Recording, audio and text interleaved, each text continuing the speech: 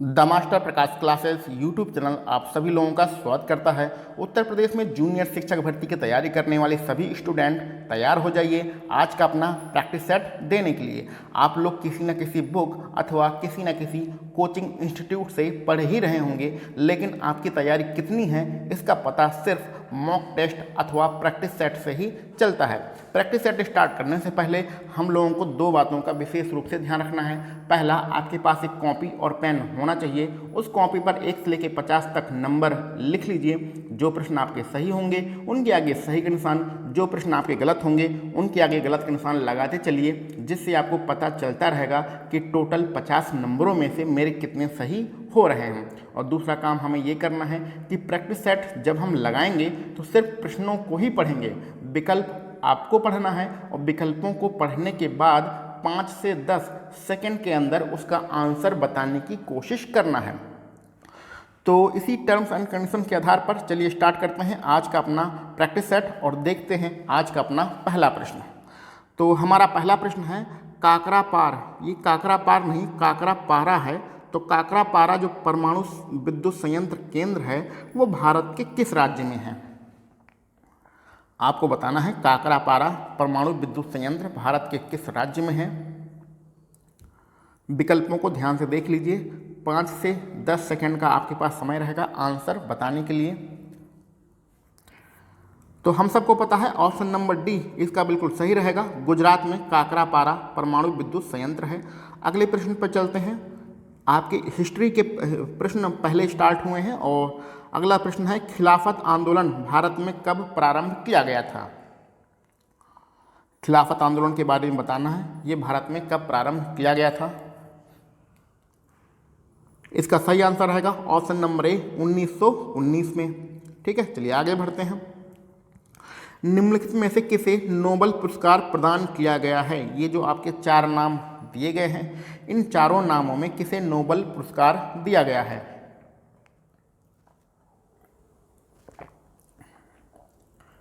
तो इसका सही आंसर रहेगा option number C Kailash Satyarthi को।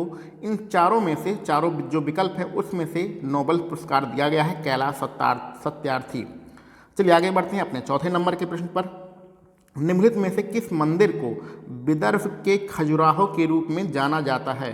तो विदर्भ का खजुराहो किसे कहते हैं ये आपको बताना है। विदर्भ का खजुराहो कौन सा मंदिर कहलाता है? ऑप्शन नंबर ए आपका बिल्कुल सही रहेगा, मार्कंडेश्वर मंदिर विदर्भ का खजुराहो कहलाता है। 5वें नंबर पर चलते हैं। INA के अधिकारियों पर मुकदमा कहाँ चलाया गया था? सुभाष चंद्र बोस की जो फौज थी आज़ाद हिंद फौज, उसके अधिकारियों पर मुकदमा चलाया गया था और वो कहाँ पर चलाया गया था ये आपको बताना है। आसान प्रश्न है। ऑप्शन नंबर ए बिल्कुल सही रहेगा, लाल किला दिल्ली में यह मुकदमा चलाया गया था। 6ठे नंबर पर चलते हैं। निम्नलिखित में से किस नदी के ऊपरी मार्ग में मीठा जल परंतु निचले मार्ग में खारा जल पाया जाता है? ऐसी कौन सी नदी है जिसके ऊपरी मार्ग में मीठा जल और निचले भाग में खारा जल मिलता है?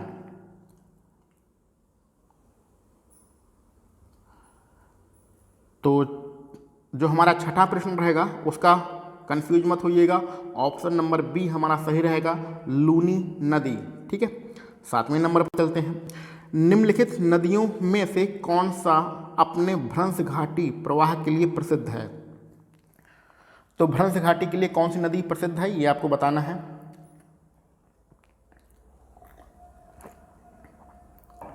अगर विकल्प में नर्मदा या ताप्ती दिया होता तो हम नर्मदा या ताप्ती को ही टिक लगाते, लेकिन ऐसा यहाँ पर दिया ही नहीं गया है। इन 4 विकल्पों में आपको ढूंढना है कि भ्रंश घाटी से होकर कौन सी नदी बहती है। ऐसी कंडीशन में ऑप्शन नंबर बी आपका बिल्कुल सही रहेगा, दामोदर नदी बड़े बड़े पहाड़ों और पर्वतों के बीच से होकर निकलती है, यानी कि भ्रंश घाटी बनाती है। वैसे इन चारों विकल्पों में आपका दामोदर नदी सही होगा, लेकिन अगर भ्रंश घाटी की बात करेंगे तो नर्मदा और ताप्ती नदियों का नाम आएगा। ठीक है, चलिए आगे बढ़ते हैं। नेटिव मैरिज एक्ट किस वर्ष पारित किया गया था? नेटिव मैरिज एक्ट किस वर्ष पारित किया गया था ये आपको बताना है। इसका ऑप्शन नंबर बी बिल्कुल सही रहेगा 1872 में। अच्छा, एक चीज़ों का विशेष रूप से ध्यान रखना है कि हम लोग प्रैक्टिस सेट लगा रहे हैं, अपना मॉक टेस्ट लगा रहे हैं, इसलिए किसी भी प्रश्न के बारे में हम लोग डिस्कशन नहीं करेंगे। आपको सिर्फ क्या करना है, प्रश्न पढ़ना है, उसका आंसर बताना है, चाहे वो सही हो और अथवा गलत हो। उसके बाद आपको चेक करना है कि मेरे टोटल 50 में से कितने नंबर बन रहे हैं। 9वें नंबर पर चलते हैं। निम्नलिखित नदियों में से किसे जैव मरुस्थल के रूप में जाना जाता है? जैव मरुस्थल की संज्ञा किस नदी को दी जाती है, ये आपको बताना है। आसान सा प्रश्न होने वाला है ये 9वां नंबर, और इसका आंसर रहेगा ऑप्शन नंबर बी, दामोदर नदी को जैव मरुस्थल के रूप में जाना जाता है। 10वें नंबर पर चलते हैं। 10वें नंबर का जो हमारा प्रश्न है, निम्नलिखित प्राकृतिक प्रदेशों में से किसे बड़े शिकारों की भूमि के नाम से जाना जाता है? तो जो प्राकृतिक प्रदेश ABCD के रूप में दिए गए हैं, इसमें बड़े शिकारों की भूमि किसे कहा जाता है?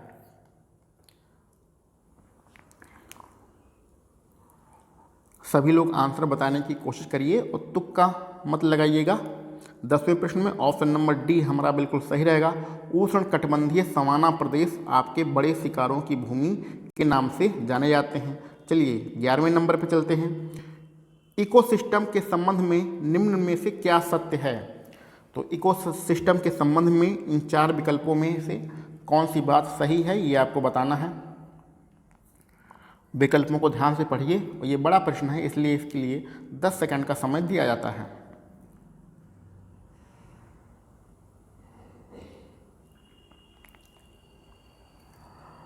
तो 11वें प्रश्न में ऑप्शन नंबर सी बिल्कुल सही रहेगा। शाकाहारियों की संख्या मांसाहारियों से अधिक होती है। ऑप्शन नंबर सी आपका बिल्कुल सही है। क्लियर। चलिए 12 नंबर पे चलते हैं। मानव गतिविधियों से परिवर्तित पर्यावरण क्या कहलाता है? मानव गतिविधियों के द्वारा जो पर्यावरण परिवर्तित हो जाता है उसे हम लोग क्या कहते हैं? गलत आंसर मत दीजिएगा। ऑप्शन नंबर बी यहाँ पर बिल्कुल सही रहेगा। एंथ्रोपोजेनिक पर्यावरण कहलाता है। एंथ्रोपोजेनिक पर्यावरण क्या होता है? मानव गतिविधियों के द्वारा परिवर्तित पर्यावरण होता है। 13 नंबर पर चलते हैं। निम्नलिखित में से कौन सा वायु प्रदूषण के जैविक सूचक का प्रसिद्ध उदाहरण है? वायु प्रदूषण के जैविक सूचक का जो प्रसिद्ध उदाहरण है वो कौन सा है, ये आपको बताना है।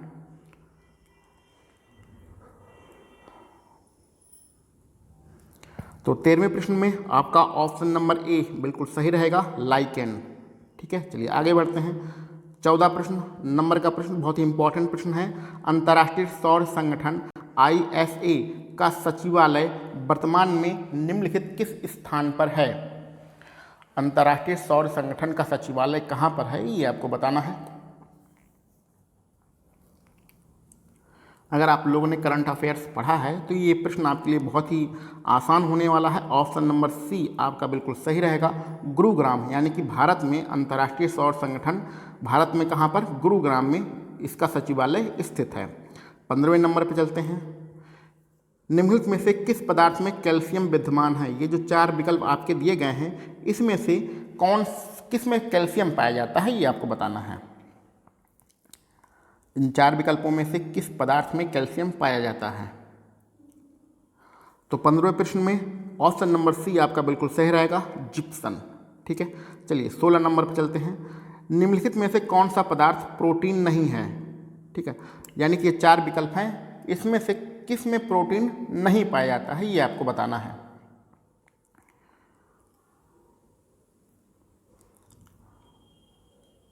तो 16वें प्रश्न में ऑप्शन नंबर सी बिल्कुल सही रहेगा, लूता रेशम, जिसको हम लोग स्पाइडर सिल्क के नाम से जाने जाते हैं, इसमें प्रोटीन नहीं पाया जाता है।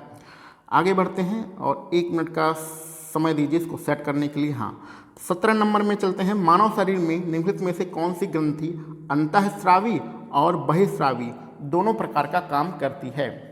तो मानव शरीर में ऐसी कौन सी ग्रंथि है जो अंतःस्रावी और बहिःस्रावी दोनों प्रकार के काम करती हैं, यानी दोनों ग्रंथियां पाई जाती हैं? विज्ञान का बहुत ही महत्वपूर्ण प्रश्न है और इसके लिए आपका ऑप्शन नंबर सी बिल्कुल सही रहेगा, अग्न्याशय ग्रंथि। आगे बढ़ते हैं। मानव शरीर में पॉलिश किए हुए चावल के उपयोग से कौन सा रोग होता है? अगर हम लोग पॉलिश किया हुआ चावल खाएं तो कौन सा रोग होगा ये आपको बताना है।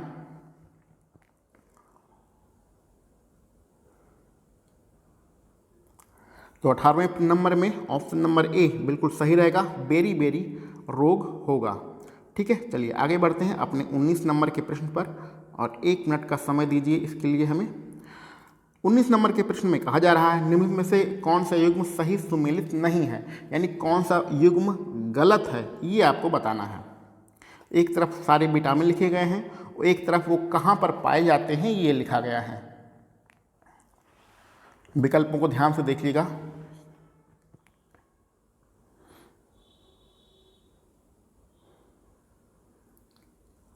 तो 19वें प्रश्न में ऑप्शन नंबर बी आपका बिल्कुल सही रहेगा। सही का मतलब यही हमारा गलत है, बाकी के सब सही हैं। ठीक है, जैसे विटामिन B2 लिखा गया है कॉड यकृत तेल। कॉड एक प्रकार की मछली होती है, तो उस मछली के यकृत से जो तेल बनाया जाता है उसमें विटामिन 2 पाया जाता है। ये बात बिल्कुल गलत है, तो गलत है यानी कि यही हमारा ऑप्शन नंबर बी बिल्कुल सही रहेगा। बाकी के आपके जो विकल्प हैं वो बिल्कुल सही दिए हुए हैं। ठीक है, चलिए आगे बढ़ते हैं। माँ का दुग्ध नवजात को लगभग संपूर्ण आहार प्रदान करता है, परंतु इसमें निम्नलिखित का अभाव होता है, यानी माँ के दूध में किसका अभाव होता है, इन 4 विकल्पों में से आपको बताना है। माँ के दूध में कौन सा तत्व नहीं पाया जाता है। तो 20वें प्रश्न में जो आपका विकल्प ए है वो लौह, ये आपका बिल्कुल सही विकल्प रहेगा। आगे बढ़ते हैं 21 नंबर के प्रश्न पर। किसने कहा भारत एक अर्ध संघात्मक राज्य है। भारत एक अर्ध संघात्मक राज्य है, ये किसने कहा था।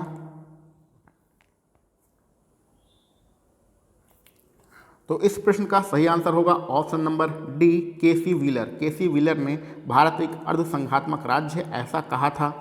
22 नंबर पर चलते हैं। भारत में राष्ट्रीय पंचायती राज दिवस कब मनाया जाता है। तो राष्ट्रीय पंचायती राज दिवस कब मनाया जाता है। पंचायती राज के जितने भी प्रश्न हैं आपके पेपर में या किसी भी बुक से आप पढ़ रहे होंगे उसको रट्टा मान लीजिए, बहुत इंपॉर्टेंट है। कम से कम 1 से 2 प्रश्न आपके मिलने वाले हैं और इस प्रश्न के लिए ऑप्शन नंबर डी बिल्कुल सही रहेगा। 24 अप्रैल को मनाया जाता है। आगे बढ़ते हैं 23वें नंबर के प्रश्न पर। 42वें संविधान संशोधन द्वारा किस अनुच्छेद के माध्यम से सड़कों की प्रबंधन में भागीदारी सुनिश्चित की गई थी। तो पॉलिटी का बहुत ही ये डीप वाला क्वेश्चन है कि 42वें संविधान संशोधन में किस अनुच्छेद के माध्यम से श्रमिकों की प्रबंधन में भागीदारी सुनिश्चित की गई थी।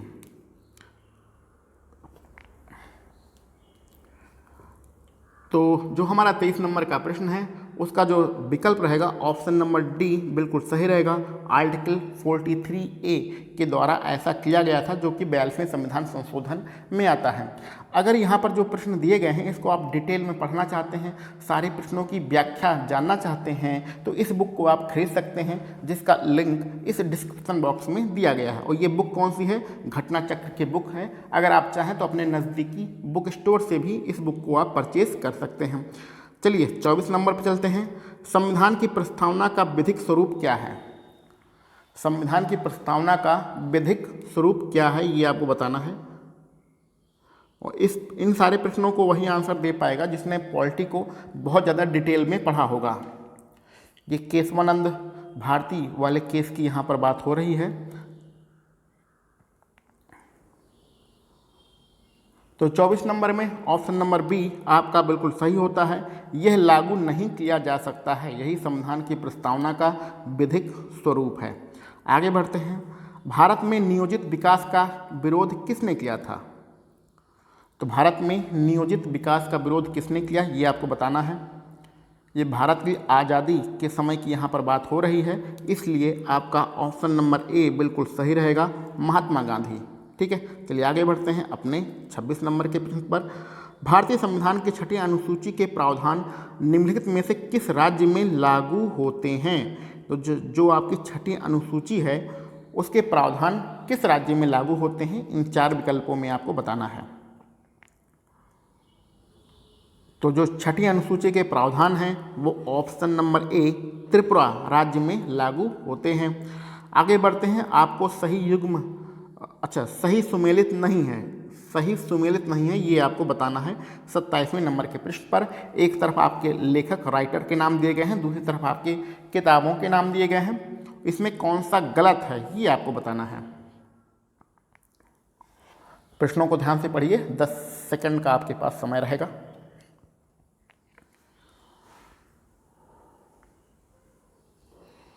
तो इस प्रश्न के लिए ऑप्शन नंबर सी में जो लिखा गया है, रस खान ने कौन सी किताब लिखी है, रसिक प्रिया, ये बिल्कुल गलत है। रस खान ने रसिक प्रिया नहीं लिखी है।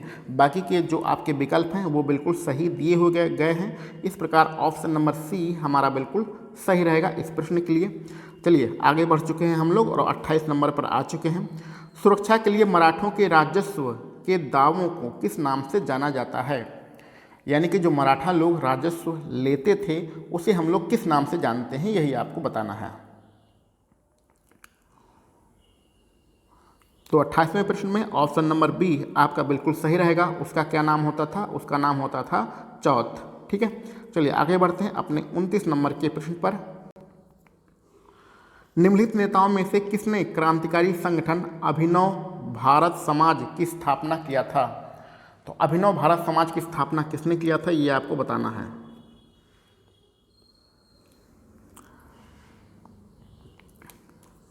आसान प्रश्न है, ऑप्शन नंबर बी आपका बिल्कुल सही रहेगा। विनायक दामोदर सावरकर ने अभिनव भारत समाज की स्थापना किया था। आप चलते हैं हम लोग साइंस के क्वेश्चन पर। 30 नंबर से आपका साइंस स्टार्ट हो रहा है। सूर्य के प्रकाश से परावैंगनी विकिरण अभिक्रिया निम्न में से क्या पैदा करती है? तो सूर्य के प्रकाश में जो परावैंगनी विकिरण होता है उसकी अभिक्रिया से इन 4 विकल्पों में से कौन सा तत्व बनता है, यही आपको बताना है। तो कन्फ्यूज मत होइएगा। 30 प्रश्न के लिए जो हमारा आंसर रहेगा वो रहेगा ओजोन। ओजोन जो बनती है वो समताप मंडल में बनती है और परावैंगनी विकिरण की अभिक्रिया के स्वरूप बनती है। इसको आप डिटेल में आप समझ सकते हैं। 31 नंबर पर चलते हैं। पृथ्व्या प्रथम वीर, पृथ्व्या प्रथम वीर इसकी उपाधि किसे प्रदान की गई है? पृथ्व्या प्रथम वीर की जो उपाधि है वो किस राजा को दिया गया है, यही आपको बताना है। तो 31 नंबर में जो हमारा आंसर रहेगा ऑप्शन नंबर ए बिल्कुल सही रहेगा। उसका नाम है समुद्रगुप्त। समुद्रगुप्त को यह उपाधि प्रदान की गई है। आगे बढ़ते हैं 32 नंबर के प्रश्न पर। विक्रमशिला बिहार की स्थापना किसने किया था? विक्रमशिला जो बिहार है उसकी स्थापना किसने किया था? आसान प्रश्न है, जल्दी आंसर दीजिए। यहाँ पर आपका ऑप्शन नंबर सी बिल्कुल सही रहेगा। राजा धर्मपाल ने विक्रमशिला बिहार की स्थापना कराया था। आगे बढ़ते हैं अपने 33 नंबर के प्रश्न पर। लॉर्ड डलहौजी की विलय नीति का प्रथम शिकार निम्नलिखित में से कौन हुआ था? तो लॉर्ड डलहौजी ने अपनी विलय नीति के द्वारा किस राज्य को अपने में मिलाया था, यानी अंग्रेजों में मिलाया था, यही आपको बताना है। तो विलय नीति की जहाँ भी बात आएगी वहाँ पर नंबर 1 में क्या आएगा? सतारा आएगा। इस चीज़ को आप याद रखिएगा, सतारा को मिलाया था विलय नीति के द्वारा लॉर्ड डलहौजी ने सबसे पहले। चलिए 34 नंबर के प्रश्न पर चलते हैं। निम्नलिखित में से किसके विरोध में रविन्द्रनाथ टैगोर ने अपनी नाइटहुड का परित्याग कर दिया था? तो अंग्रेजों के द्वारा रविन्द्रनाथ टैगोर को नाइटहुड की उपाधि को दिया गया था और किस घटना के विरोध में इन्होंने इसका परित्याग किया था, ये आपको बताना है। तो 34वें प्रश्न में जो आपका ऑप्शन नंबर बी है, जलियांवाला बाग नरसंहार कांड, ये आपका बिल्कुल सही रहेगा। ऑप्शन नंबर बी 34 प्रश्न के लिए सही है। 35 नंबर पर चलते हैं। निम्नलिखित में से कौन अब भारत की तेल कीमतों का निर्धारण करता है? तो भारत में तेल कीमतों का निर्धारण कौन करता है, ये आपको बताना है। और ये आपके लिए बहुत ज़्यादा इंपॉर्टेंट प्रश्न है वर्तमान समय के लिए, क्योंकि पेट्रोल और डीजल के दाम बहुत ज़्यादा बढ़ रहे हैं। तो उसका सही आंसर रहेगा ऑप्शन नंबर डी, तेल कंपनियां तेल की कीमतों का निर्धारण करती हैं। 2009 में कांग्रेस की सरकार थी, उस समय गवर्नमेंट ने अपने हाथ से तेल की कीमतों का निर्धारण देकर किसको दे दिया था? और तेल कंपनियों को दे दिया था। ठीक है, तो चलिए आगे बढ़ते हैं। डिटेल में चर्चा नहीं करेंगे, नहीं तो बहुत लंबा समय यहाँ पर खत्म हो जाएगा। 1944 में गांधीवादी योजना को प्रतिपादित किसने किया था? तो 1944 में गांधीवादी योजना को किसने प्रतिपादित किया था?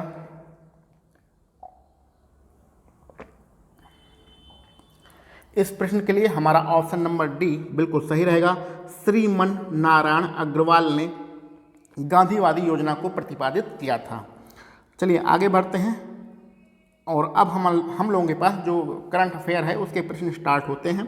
तो 37 नंबर के प्रश्न में कहा गया है, भारत की जनगणना 2011 के अनुसार 2001 से 11 के बीच में जो अवधि थी उस समय जनसंख्या वृद्धि का कितना प्रतिशत था? तो जनसंख्या वृद्धि दर कितने प्रतिशत थी 2001 से लेकर 2011 के बीच में, यही आपको बताना है। और जनगणना के जितने भी प्रश्न हैं उसको रट लीजिएगा, चाहे लूसेंट हो चाहे अरिहंत हो, कोई भी बुक हो आपके पास, रट जरूर लीजिएगा। इसका जो सही विकल्प रहेगा ऑप्शन नंबर सी यहाँ पर बिल्कुल सही रहेगा, 13.31%। ठीक है, आगे बढ़ते हैं अपने 38 नंबर के प्रश्न पर। हाल ही में वीडियो कॉन्फ्रेंस के माध्यम से भारतीय अंतर्राष्ट्रीय विज्ञान फिल्म महोत्सव 2020 का आयोजन कहाँ पर किया गया था? तो अंतर्राष्ट्रीय विज्ञान फिल्म महोत्सव 2020 कब मनाया गया था ये आपको बताना है, कहाँ नहीं कब मनाया गया था।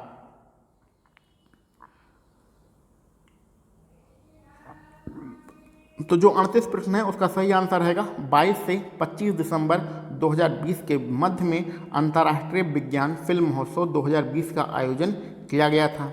चलिए 39 नंबर के प्रश्न पर चलते हैं और इसको हम लोग 1 मिनट का समय दीजिए, थोड़ा सा छोटा कर लेते हैं। ठीक, 39 नंबर के प्रश्न में कहा गया है 25 दिसंबर 2020 को, यही जो ऊपर प्रश्न है उसी की यहाँ पर बात हो रही है, को भारत के अंतर्राष्ट्रीय विज्ञान फिल्म पुरस्कार 2021 की घोषणा की गई थी। चलिए ठीक है, ये बात हम ऊपर वाले प्रश्न में पढ़ चुके हैं। इसमें अंतर्राष्ट्रीय श्रेणी में आत्मनिर्भर भारत के लिए विज्ञान या विश्व कल्याण के लिए विज्ञान विषय पर केंद्रित फिल्म को सर्वोच्च पुरस्कार किस फिल्म को दिया गया था? तो विषय कौन सा है? आत्मनिर्भर भारत के लिए विज्ञान अथवा विश्व कल्याण के लिए विज्ञान। इस विषय पर सबसे अच्छी फिल्म का पुरस्कार किसे दिया गया था ये आपको बताना है।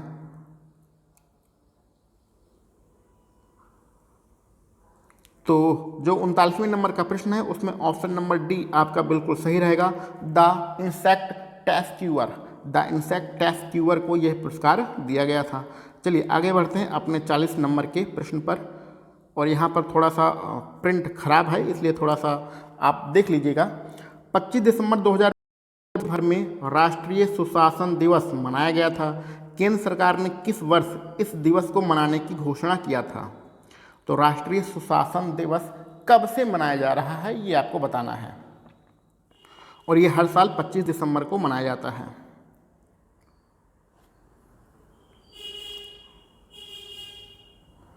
तो 40वें प्रश्न में ऑप्शन नंबर सी हमारा बिल्कुल सही रहेगा, 2016। ठीक है, चलिए आगे बढ़ते हैं अपने 41 नंबर के प्रश्न पर।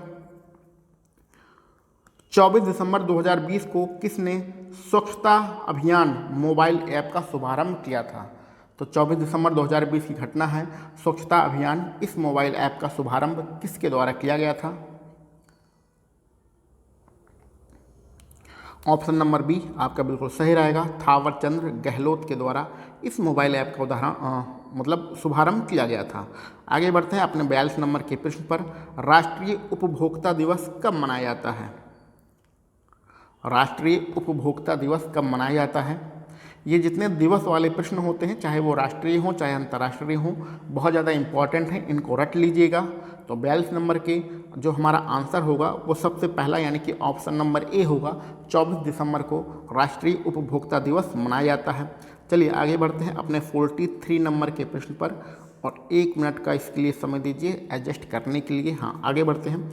23 दिसंबर 2020 को केंद्रीय मंत्रिमंडल ने फिल्म संबंधी 4 मीडिया इकाइयों को राष्ट्रीय फिल्म विकास निगम में विलय को मंजूरी दी। इनमें से कौन शामिल नहीं है? तो 4 मीडिया इकाइयों में से कौन सी मीडिया इकाई शामिल नहीं है जिसे राष्ट्रीय फिल्म विकास निगम में शामिल किया जा रहा है? तो ये घटना कब की है? 23 दिसंबर 2020 की घटना है। इस प्रश्न के लिए आपका ऑप्शन नंबर डी बिल्कुल सही रहेगा, भारतीय फिल्म एवं टेलीविज़न संस्थान को शामिल नहीं किया गया है। आगे हमारे जो प्रश्न हैं वो हमारे सारे जो प्रश्न हैं वो रीजनिंग के प्रश्न हैं, और आपको पता है रीजनिंग के प्रश्नों के लिए हम लोग एक अलग से वीडियो बनाते हैं, क्योंकि हमारे बहुत से भाई और मित्र ऐसे हैं जो सिर्फ शिक्षक भर्ती की तैयारी करते हैं और उनका गणित और रीजनिंग बहुत ज़्यादा कमज़ोर होता है, तो उन्हें डिटेल में समझाना पड़ता है, बताना पड़ता है, विस्तृत व्याख्या करनी पड़ती है। तो इसलिए इन रीजनिंग के जो 7-8 आपके पास प्रश्न होते हैं, इसकी हम लोग एक अलग से वीडियो बनाते हैं। आगे बढ़ते हैं हम लोग।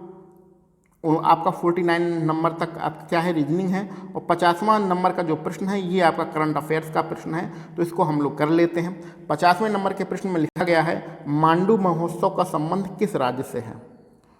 तो मांडू महोत्सव जो है किस राज्य में मनाया जाता है ये आपको बताना है।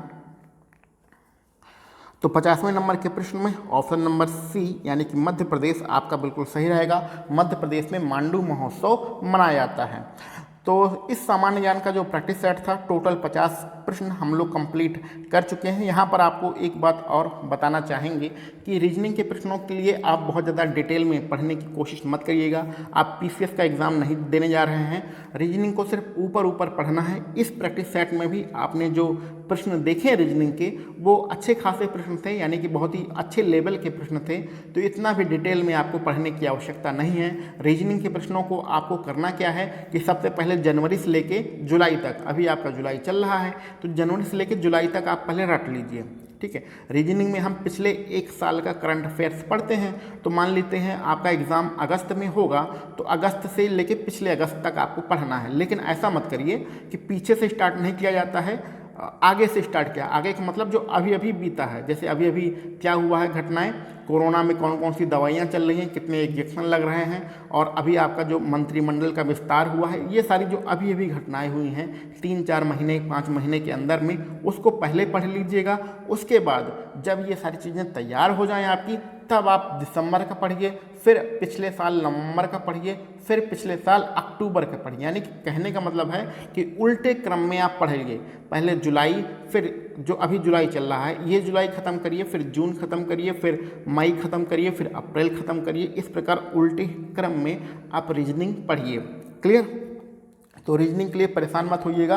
अगर आपके इस प्रैक्टिस सेट में भी कुछ रीजनिंग के प्रश्न गलत हो जाएंगे तो कोई दिक्कत की बात नहीं है, क्योंकि यहाँ पर जो रीजनिंग के प्रश्न दिए गए थे वो बहुत अच्छे लेवल के थे, ठीक है। तो अगर आपके कोई मित्र भी जूनियर शिक्षक भर्ती की तैयारी कर रहे हैं तो उन्हें भी यह आप वीडियो लेक्चर शेयर कर सकते हैं। चलिए मिलते हैं हम लोग अपने अगले प्रैक्टिस सेट के साथ। आप सभी लोगों को वीडियो देखने के लिए बहुत बहुत धन्यवाद।